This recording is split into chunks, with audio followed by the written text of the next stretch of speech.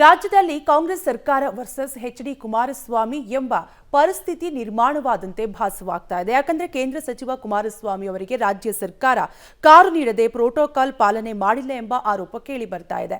ಮತ್ತೊಂದು ಕಡೆ ರಾಜ್ಯ ಹೆದ್ದಾರಿಯಲ್ಲಿ ಗುಂಡಿ ಮುಚ್ಚುವ ಮೂಲಕ ಎಚ್.ಡಿ. ಕುಮಾರಸ್ವಾಮಿ ರಾಜ್ಯ ಸರ್ಕಾರಕ್ಕೆ ಕಾಂಗ್ರೆಸ್ಗೆ ಟಾಂಟ್ ಕೊಡಲು ಕೂಡ ಮುಂದಾಗಿದ್ದಾರೆ. ಈ ಕುರಿತ ಡೀಟೇಲ್ಸ್ ಇಲ್ಲಿದೆ. ಕಾಂಗ್ರೆಸ್ ಸರ್ಕಾರ ವರ್ಸಸ್ ಕುಮಾರಸ್ವಾಮಿ ಕದನ. ಸರ್ಕಾರ ಎಚ್ಡಿಕೆ ನಡುವೆ ಪ್ರೋಟೋಕಾಲ್ ಫೈಟ್.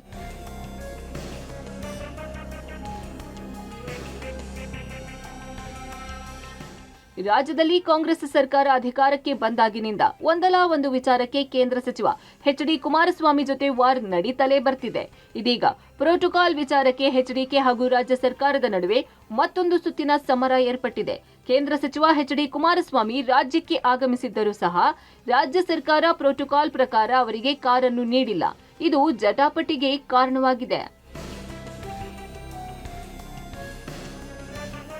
ದೆಹಲಿಯಿಂದ ಕುಮಾರಸ್ವಾಮಿ ಬಂದ ವೇಳೆ ರಾಜ್ಯ ಸರ್ಕಾರ ಅವರಿಗಾಗಿ ಕಾರನ್ನು ಕಳಿಸಿಲ್ಲ. ಹೀಗಾಗಿ ಎಚ್ಡಿಕೆ ತಮ್ಮ ಇಲಾಖೆಯಾದ ಬೃಹತ್ ಕೈಗಾರಿಕಾ ಇಲಾಖೆಗೆ ಸೇರಿದ ಕಾರನ್ನ ತರಿಸಿಕೊಂಡು ಹಾಸನ, ಬೆಂಗಳೂರು, ಮಂಡ್ಯ ಹಾಗೂ ಇಂದು ಮೈಸೂರಿನಲ್ಲೂ ಓಡಾಡಿದ್ದಾರೆ.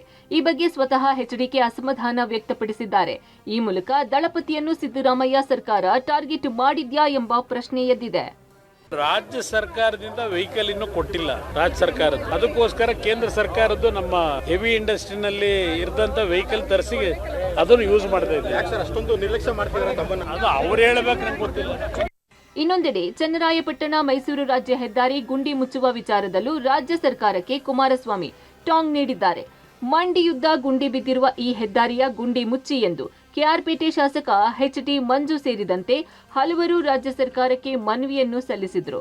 ಇಷ್ಟಾದರೂ ಸಹ ಗುಂಡಿ ಮುಚ್ಚುವ ಕೆಲಸಕ್ಕೆ ಮಾತ್ರ ರಾಜ್ಯ ಸರ್ಕಾರ ಮುಂದಾಗಿರಲಿಲ್ಲ.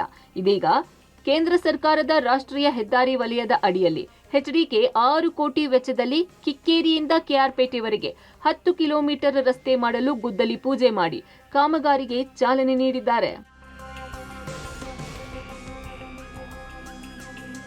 ಸರ್ಕಾರ ಗ್ಯಾರಂಟಿ ಕಮಿಟ್ಮೆಂಟ್ನಿಂದ ಹಲವು ಸಮಸ್ಯೆ ಎದುರಿಸುತ್ತಿದೆ. ಅಲ್ಲದೆ ಜನರು ಕಟ್ಟುವ ತೆರಿಗೆ ಹಣವನ್ನು ಸಹ ದುರುಪಯೋಗ ಮಾಡಿಕೊಳ್ಳುತ್ತಿದೆ. ಹೀಗಾಗಿ ರಸ್ತೆ ಅಭಿವೃದ್ಧಿ ಮಾಡಲು ಸಾಧ್ಯವಾಗುತ್ತಿಲ್ಲ. ಈಗ ನಾನು ಕೇಂದ್ರ ಸರ್ಕಾರದ ಅನುದಾನ ತಂದು ಒಂದಷ್ಟು ರಸ್ತೆಯ ಗುಂಡಿ ಮುಚ್ಚಬೇಕಾಗಿದೆ ಎಂದು ಕಾಂಗ್ರೆಸ್ ಸರ್ಕಾರಕ್ಕೆ ಟಾಂಗ್ ನೀಡಿದ್ದಾರೆ. ನ್ಯಾಷನಲ್ ಹೈವೇಗೆ ಪರಿವರ್ತನೆ ಮಾಡತಕ್ಕಂಥದ್ದು ಈಗಾಗಲೇ ಹಲವಾರು ರೀತಿ ಚರ್ಚೆಗಳೇನಾಗಿದೆ. ಇದನ್ನ ನ್ಯಾಷನಲ್ ಹೈವೇಗೆ ಪರಿವರ್ತನೆ ಮಾಡತಕ್ಕಂಥದ್ದು ಸ್ವಲ್ಪ ದೆಹಲಿಯಲ್ಲಿ ಇದ್ರ ಬಗ್ಗೆ ಗಮನ ಹರಿಸಿದ್ದೇವೆ. ಈಗ ಸದ್ಯಕ್ಕೆ 6 ಕೋಟಿ ರೂಪಾಯಿ ವೆಚ್ಚದಲ್ಲಿ ಈ ಕಾಮಗಾರಿ ನಡೆದು ರಾಜ್ಯ ಸರ್ಕಾರದ ಯೋಜನೆಗಳು ಒಂದು ರಸ್ತೆ ಅಲ್ಲ, ಹಲವಾರು ಭಾಗದಲ್ಲಿ ಸಮಸ್ಯೆಗಳನ್ನು ಎದುರಿಸ್ತಾ ಇದ್ದೇವೆ. ಒಟ್ಟಾರೆ ಕುಮಾರಸ್ವಾಮಿ ಹಾಗೂ ರಾಜ್ಯ ಸರ್ಕಾರದ ನಡುವೆ ವಾರ್ ಕಂಟಿನ್ಯೂ ಆಗಿದೆ. ಇದೀಗ ಪ್ರೋಟೋಕಾಲ್ ಪಾಲನೆ ಹಾಗೂ ರಸ್ತೆ ಅಭಿವೃದ್ಧಿ ವಿಚಾರಗಳು ಮತ್ತೊಂದು ಸುತ್ತಿನ ಸಮರಕ್ಕೆ ನಾಂದಿ ಹಾಡಿವೆ. ಇದು ಮುಂದೆ ಯಾವ ಹಂತಕ್ಕೆ ಹೋಗುತ್ತೆ ಅನ್ನೋದನ್ನ ಕಾದು ನೋಡಬೇಕಿದೆ. Rohit Devarahalli, public TV, Mandya.